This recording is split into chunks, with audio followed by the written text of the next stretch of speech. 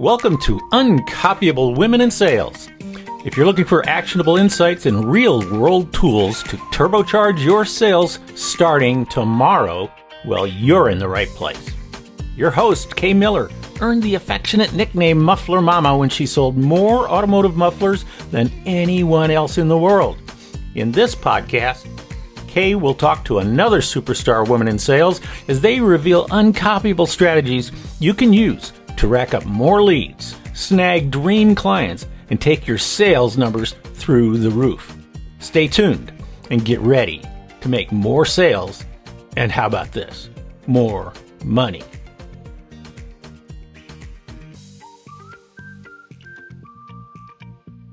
Today, I have the pleasure of chatting with the delightful Kate Strachnyi.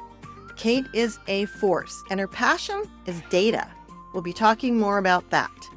In 2020, Kate founded a media company called Dedicated. She's a thought leader, consultant, author, LinkedIn learning instructor. The list goes on. And she has 169,000 LinkedIn followers. Kate, welcome to the podcast. Hello, Kay. Thank you so much. I'm happy to be here. It's so great to talk with you again. And the first time that I met you, you had discovered Steve's book, Uncopyable, which I have right here for anybody who's actually watching. And you found his book, which is really cool. Of course, that's a couple of years ago when you weren't quite as busy. And you started this business in March of 2020, right? Yes, I did. And I remember reading Steve's book, and I remember reaching out to Steve on LinkedIn just to say, hey, I loved your book. Thanks. And then he responded, and I'm like, oh my God, the author responded. How cool. And then we ended up chatting a bit. I remember meeting you, and we did a couple of shows together. So that was fun. Yeah, it was great fun. And I actually have your latest book, which is Colorwise. So if anyone doesn't have that or haven't read that, you need to get it. It's interesting. Wait. Where's your latest book? Because I haven't. I've got mine in the closet. Well, thank you for bringing that up. Uncopyable Sales Secrets. Congratulations on that. Thank you so much. I did take a lot of the uncopyable concepts like the moose, which I know you love, the branding, which you've really gotten into big time, and how to apply that to sales. And so even though you're not a typical salesperson, you do sell things as part of your business. So I'd like to start out and have you explain a little bit about who you are and what you do. Yes, I'm happy to do so. So hello, everyone. I'm Kate Strachnyi. I'm the founder of Dedicated. It wasn't always that way. I used to have a real job, and now I love my job. So Dedicated is essentially a play on words of me being dedicated to data, and it has my name in there, sort of, Kate. And it's essentially a media company that focuses on helping data, AI, and analytics companies reach an audience. So brand awareness, content amplification, just think data influencer on social media. That's pretty much what I do, is working with companies like IBM, Intel, SAP, Alteryx, ThoughtSpot. Probably over 90 companies since I started in March of 2020. And it's been quite a journey. I feel extremely lucky to have worked with these organizations. And that's sort of part A of what I do. It takes up most of my time and energy. In addition to that, I do have a community called the Dedicated Circle that has courses on data visualization and dashboarding. I've also written books, as you just showed. My latest with O'Reilly was Colorwise. And I sell merch. I do a bunch of other things. Like I go to conferences. I'm a Data Venture now, which is this new initiative where it's a bunch of us that go to data conferences together and we do fun stuff. So yeah, that's a bit about me. Boy, and there's a lot to it. And like I said, you have just exploded since 2020. Do you happen to remember how many LinkedIn followers you had back then? Probably about 50 or 60,000, because I was already growing my personal brand since about 2017. I started being more active on LinkedIn and YouTube. And it was sort of already starting to grow. And then once I went full time, the growth really picked up. Right. And I just looked at 168,000 followers. It's October of 23. And so we'll see how much further it grows. I mean, in awe of you. And one thing I remember from our first conversation is that you truly are passionate about data. And that is so different than my world because, as a salesperson, I love the talking and the, schmoozing and presenting the solutions and interaction and all that stuff. Now, I know you have a lot of that, but you really are passionate about data. And so that is something that I think is really important when you're selling. Um, Now, I remember recently seeing that you showed a picture of a journal. And I don't know when you wrote that, but you had your goals spelled out. Mhm. And it sounds like you've achieved most of them. So, talk about your journey to success, and especially in a way that women and all people can use your experience to help them. And this goal setting, I assume, is a big part of that. It really is. I think I began setting goals back in my first job, which was waitressing when I was 13 years Wait, old. how 13? Yes, I was 13, my Oh first my job. gosh. Child labor laws. Yeah, no, they didn't pay me though, so it was okay. It was tips Okay. only. So I made, but I That's all did right. work. I worked crazy hours. So I would go to school, do my homework, then go to work, and then go out. I was one of those teenagers that actually went out at night with no curfew. I grew up pretty fast. So, anyways, I was working and I used to take notes a lot just for myself. And I remember setting goals of what I wanted to achieve by the time I would be 18 years old, 25 years old. Just I was always planning ahead and some silly goals like I'd love to save up $3,000. Oh my God. Like to me, I mean, grew up in Tajikistan. We came here as refugees to the country. So for me, $3,000 at that age was just like winning the lottery. But And I remember how old, by the way, how old were you when you moved to the US? I was almost 9, so I was 9. 8 years old. Yes. And I mean, you have quite a story then. I think you said you hadn't even gone to school at that I had point. not gotten to school until 4th grade in New York. That was my first time in a school period. So I didn't know what raising your hand meant. I was that. Like I didn't know math, I didn't know English, I barely knew Russian because I didn't go to school there either. So I knew the basics. Wow. Well, And now I have kids like we were talking about that earlier, and then they're in 2nd and 4th grade now. And I'm like, I don't even care about your homework. I don't care if you do your homework because I'm like, I didn't even go to school at this age. So I don't make a big deal. They're great in school. They're like way ahead of where they should be, which is another reason I'm not worried. But I tried to look at their work for 4th grade and I'm like, how did I do this stuff without knowing the language? A lot of it requires you to know English. So I know. So you were obviously driven and goal oriented and very smart. And not a helicopter parent like a lot of people are. And I have to put myself in that category. So I think that's good in a way for you to kind of leave your kids alone, especially if they're thriving. What would you say then, besides that, really has contributed to your success? I'm also curious if you intentionally chose LinkedIn as your way to grow your business or if that kind of morphed. yeah, I think that the reason first I'll address the goal setting is I read and I still continue to read quite a lot on the topic of setting goals, personal growth. I love those books. And that was part of why I was drawn to Steve's Uncopyable book. I think it was part of my goal to read 60 books that year. And that was one of the books that I ended up reading. It was whatever I was interested in, I would read. Mm-hmm. So that sort of covers the goal setting. And I think motivations as well. So I think having that sort of background, continuing to push forward and trying to do everything I can to succeed, combined with this goal setting. For me, once I set a goal, it sort of has to be met. So when you referred to that journal earlier, um, it's really nice. I think all my journals, unless I actually lost some, I don't remember. But when I refer back to it and look at what I had planned, let's say 6 years ago, 5 years ago, as my dream life, and then read through it and sort of go like, oh wow, like that actually happened. This actually happened. Okay, I didn't want that to happen, so I'm glad it didn't. And sort of going down the list, it becomes sort of unreal to be able to read through that and see what you've manifested and work towards, obviously. So Right. Well, and that is a huge recommendation to set goals, but also be a lifelong learner, reading books and studying and keeping up, your game in the knowledge area. So then what about the LinkedIn part? Was that Yes. intentional?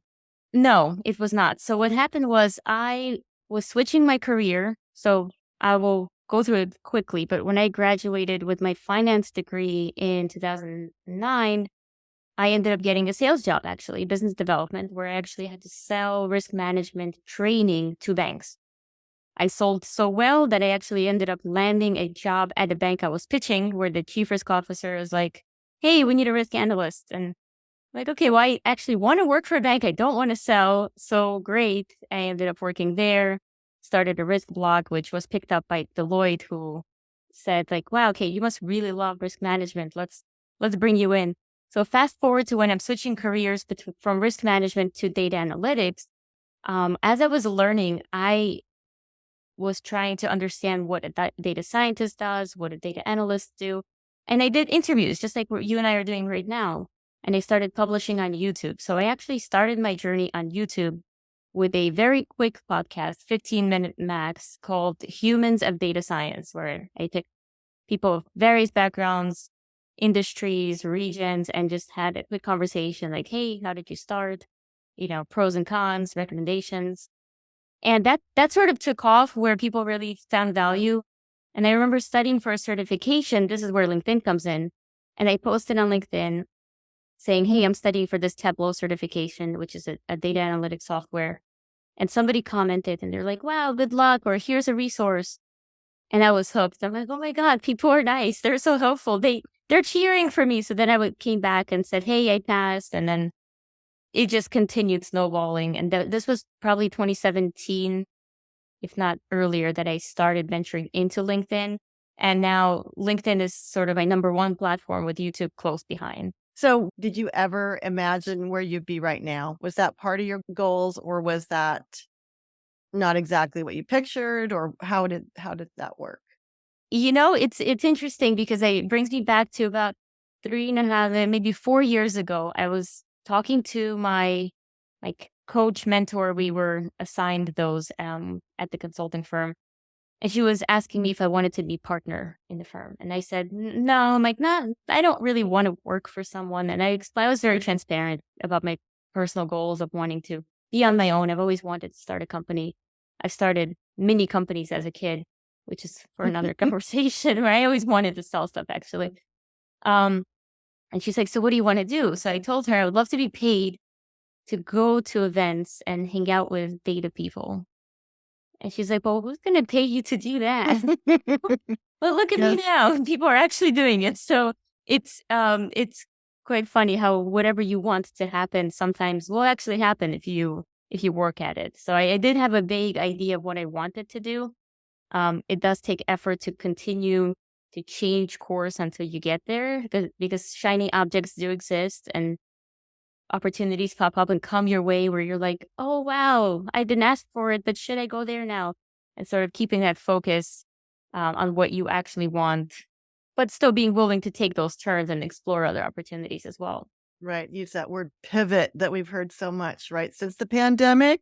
Yes. So you did have an idea, but it doesn't look exactly like what you pictured. But like you said, you've been able to adjust according to what's happened. So you were in a strictly sales position. So I'm going to pick your brain on that. You've got the goals, you've been driven. You're, of course, very into the personal brand, which you've done a fabulous job doing on LinkedIn, and showing your authenticity. You're very personable. But what would you say to women or men? I'll just keep saying that because we talked a little bit about that issue and we will touch on it again. But what advice would you give to someone who wants to be successful in sales and maybe beyond? So there's lots of advice I can go with. And I think I'll start with, it depends on what we're selling, right? So I'll talk about things from my perspective of selling dedicated media sponsorships. Okay. Because I think that's an example we can think through together. So I would start by saying understanding your clients and what they need, right? So I guess that doesn't really matter what you're selling. It's always going to be the same case where you could be selling chips Are you selling them to teenagers who are, just want the best flavor, or are you selling them to maybe health conscious adults who want to lose weight, right? Thinking through your actual audience, what they need. What do we call them? What do we call those people? Your moose. Yes, you see that moose? Whoever's on the camera watching, there's a gorgeous moose behind Katie. That's right. That's right. You guys should So- get a pet moose. I mean, I highly We recommend. should get a pet moose. I don't know. I saw a video of a moose walking through a yard, and they don't look very pet-like or very pettable. You can virtually adopt the moose today. Okay, Oh. let's start a campaign. That sounds like a good idea. Adopt a moose. Adopt. So knowing your customer and also knowing your product, being passionate about it. I mean, I sold a product that was kind of hard to be passionate about the product, which is mufflers. However, what floated my boat was helping businesses and helping customers. So you can, I think, get excited about any product or service. And like I said, you're kind of oddly interested to me in data, but you love it. And that shows. So besides getting to know your customer, then what do you do next to get them? So I'll address one concern that this is sort of I guess, leaning on the women issue, because Okay. a lot of women tend to tell me that they have discomfort actually selling, especially when it comes to selling their own service, their own product, and especially if that price is on maybe the higher end, right? So let's say a $20,000 product, right? A lot of Right. people That's on would the higher end. Yes. Right. It's not 25-cent chips anymore. So if you're selling something for $20,000 and this is a service that you'll deliver or product that you're going to provide, chances are you might face some imposter syndrome of like, oh my God, why would they buy from me? Who am I to deliver this service? Am I really that valuable? And it took me some time. And it actually, I read a book. I can send you a link after because I don't remember the actual name. But it talks about mindset and money addressed to women and how we have a lot of people have sort of some issues with a limiting mindset where they think they can't earn more than X amount.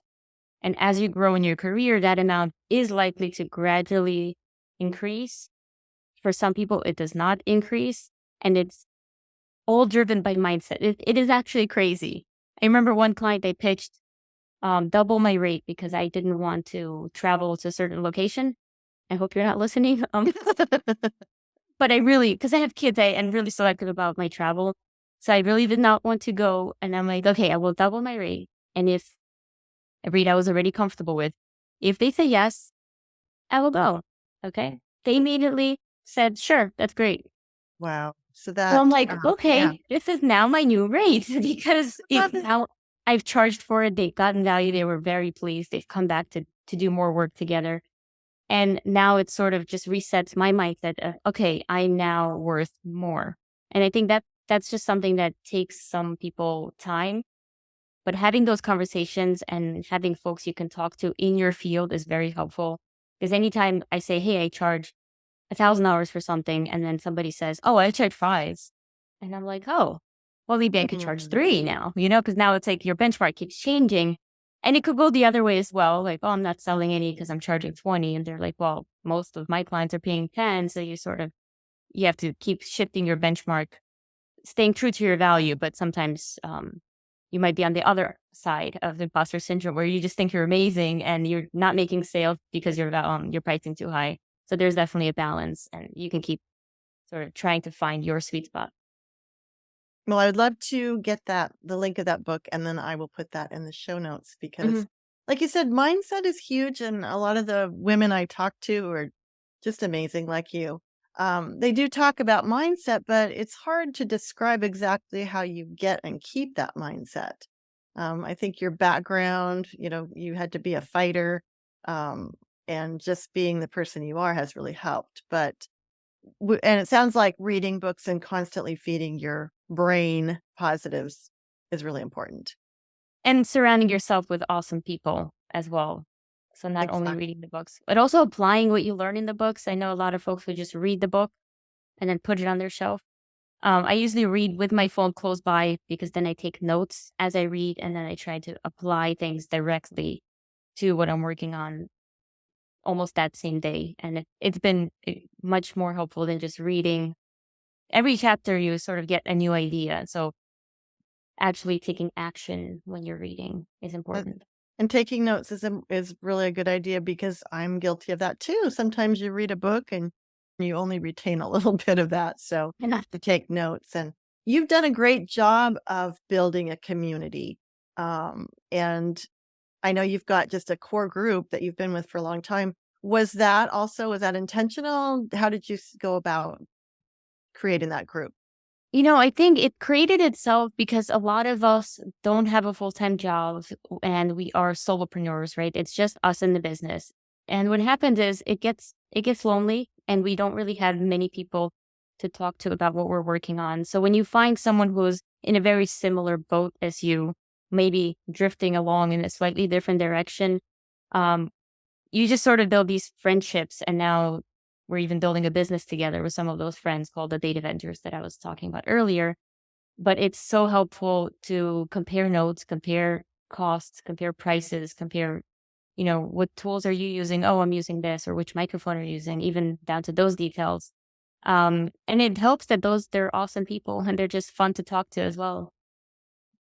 I know that you seem to really have a good camaraderie. Yeah. And you are in a male-dominated industry. You said you have some issues with being singled out as a woman, as maybe not being capable. But we talked about, in my opinion, it can also be an advantage because you are unique. And that is just one of the things about you that makes you unique. Do you want to talk about that, your opinion about that a little bit? Yes, absolutely. Yeah. So the point we were talking about earlier is I love promoting women in anything, women in sales, women in data, but I try not to call it women in sales, because I think it makes it seem like women should not be in sales, right? Which it goes against what most people are trying to promote. So I personally have this mission where I do want to see more women in data or AI on stage as speakers, as authors, and it is a male dominated space. And I think slowly it is shifting. What I try to do is I try to do it secretly. Like if I'm filling a speaker agenda for a conference that has 16 speakers, I will try to make at least 8 or 9 of them female. But I wouldn't say, oh, look, we have women in data. I'll just say we're having a conference and look, these are our speakers. And you're promoting diversity. And I read a little something that you wrote, that you said you write so much stuff that you couldn't exactly remember, but that women do have some skills that make them maybe even more naturals in data, at least in aspects of it. So I think it's great that you're promoting women, and that's what I am working to do as well. Women in sales are very underrepresented and shouldn't be like that. So yes, I agree. As far as just watching you on LinkedIn, talking to you before, I mean, you post a lot, you create a lot of value that you share. What's your strategy for creating value up front and improving your worth? Yeah, so like I mentioned, I didn't start out planning to be like a data influencer or even a content creator. I just continued to create content, and sort of one thing led to another. So I would say if you're starting out and you want to build a personal brand, you want to get more involved in content creation, it's similar to sales, right? Think about your audience and what value they need, what problems they have, and then create content that you would like to consume, right? So don't create content for the sake of creating content. Think of what do you wish you read maybe, 5 years ago that would have helped you along your journey on a specific topic that you're focused on. So if we're talking about sales tactics as an example, was there something that you learned recently that you want to share that will help your audience? And defining that audience, like I said, is one of the most important first steps. But don't bucket yourself into like, oh, I can only talk about sales. No, I would say focus 80-90% of, your personal brand and what you want to be known for. But don't forget that a personal brand has the word personal in it. So don't be afraid to bring something personal in it, like you and Steve and the color orange and the moose, right? That and the whistle. I still have that moose whistle, that dog whistle, but moose whistle.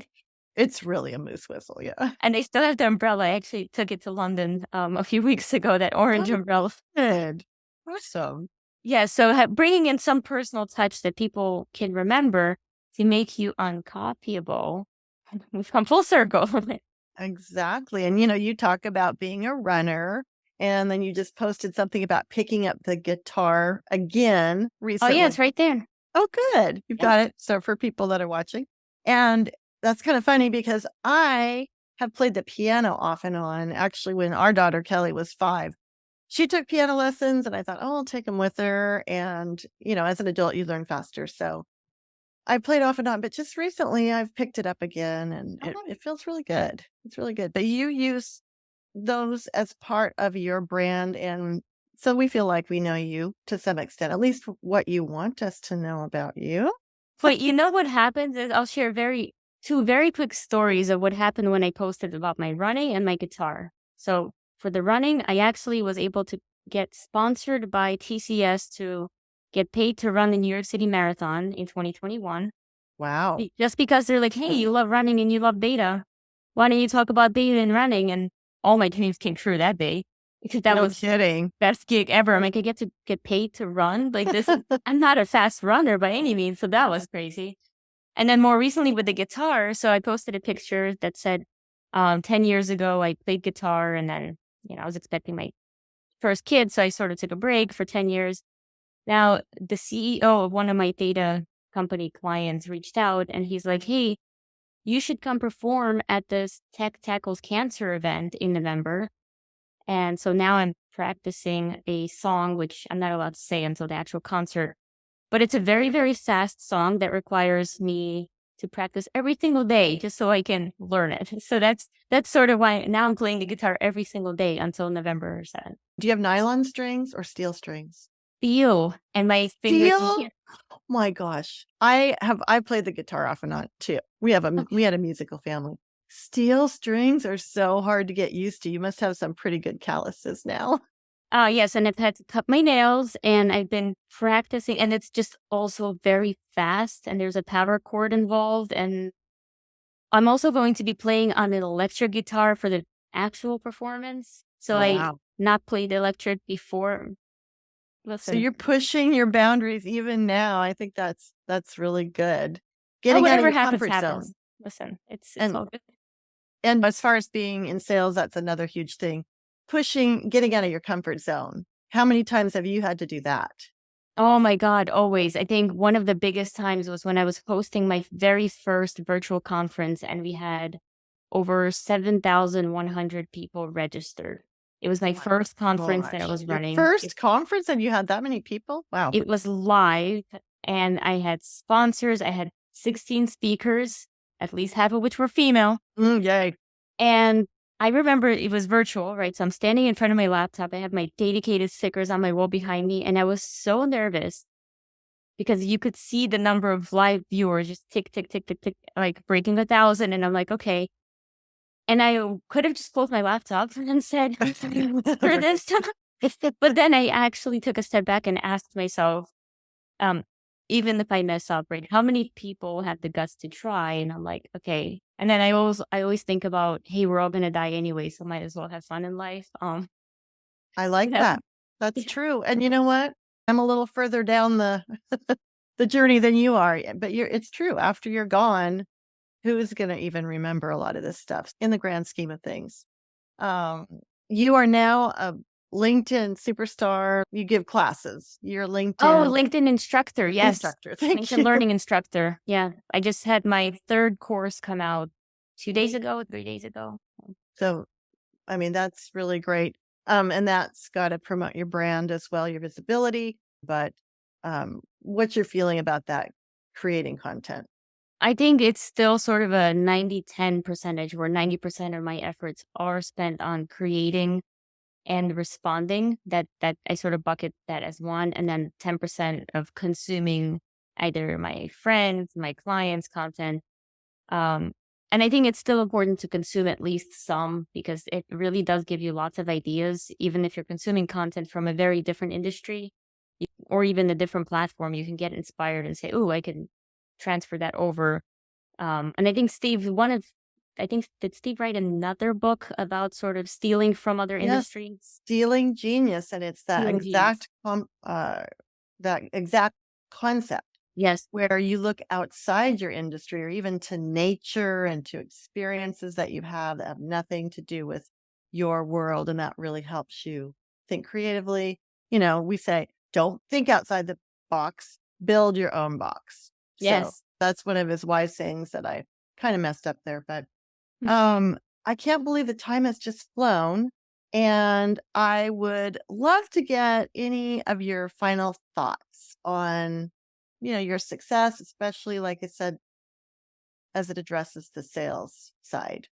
Yeah, I think believe in yourself wherever you are out there and whatever goals you want to accomplish for yourself. Uh, I wouldn't say stop watching others. I highly encourage watching others and seeing what they do to get inspiration, as long as you're cheering for them and not sort of saying, "Hey, when is it my turn?" Be inspired and then take action. So once you've got your goals down, write them down. It's much easier once you've written them down. It's fun to compare years later as well, how far you've come. Take action every single day towards that goal, no matter how small, even if it's just connecting with the right people on LinkedIn, maybe reaching out to those connections, having a meeting, having a call. Every one of those little drops in a bucket takes you that much closer to your goal. So just do it, as Nike would say. That's right. Just do it. Well, Kate, thank you so much. I really appreciate your time. Thanks for being on the podcast. Thanks, Kay. Thanks for listening to this episode of Uncopyable Women in Sales, your source for secrets you can use to make more sales. Check the show notes for links and contact information. And if you enjoyed the podcast, please spread the word by subscribing, sharing, and leaving a 5-star review. You can always learn more by going to uncopyablesales.com/podcast. Until next time, go out and supercharge your sales like a true uncopyable rock star.